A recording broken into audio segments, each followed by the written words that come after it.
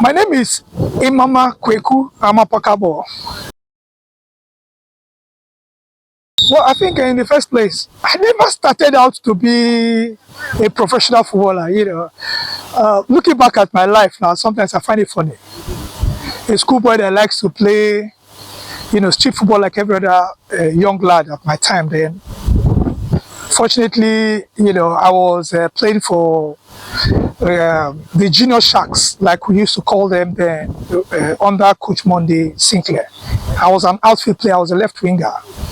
And in my school, we're not having a goalkeeper, so most times I used to go playing golf in my school. I think they played a Ramat Cup competition, and we have this Ebitima Ngbari that was organizers of the Fed Works then, so they contacted me and I came to play, but fortunately, when I went there, the goalkeeper wasn't there, so I had to play in goal. I helped them. I won that game through penalties. I saved about 3-4 penalties in that game. It went on like that, and we finally qualified to represent River State in the Ramat Cup in Lagos. That was the 3 I was still in secondary school then. We went there and I was voted best youth goalkeeper of the year. So I was invited to the national team, to the Youth Fund national team. That was the beginning of my football career. I was amongst the first set of eaglets that played in China in '85, the Flying Eagles in '87, and it just grew from there. Something that was just a hobby and a joke became my life's job. Well, that's also funny too. My life is so full of funny moments. I never planned as a coach. In the year 99-2000.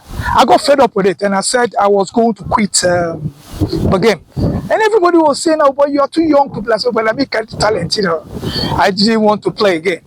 So I went to Ghana. My mom, fortunately, is a Ghanaian. I went back to Ghana. I went back to school.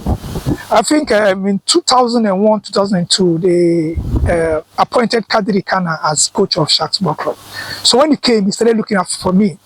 And I came to Nigeria at that time too. They said they had sent people to Ghana to look for me. So when me and him got talking, I asked him, "Coach, why is it that you want me to be your assistant?" He said, "Well, as I told you, we work together. I was very intelligent, and most of the things I told him, I read the game properly, I understood the game properly, that he knew I was going to be a good coach." So that was my sojourn into coaching.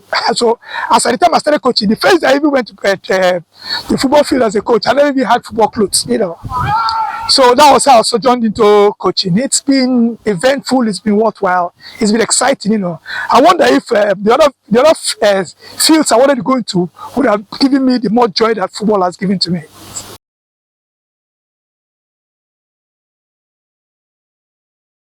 I've been around this team, I think, for a while, I think one of those very few teams in River State that when I come, I'm invited by the coach, I honor.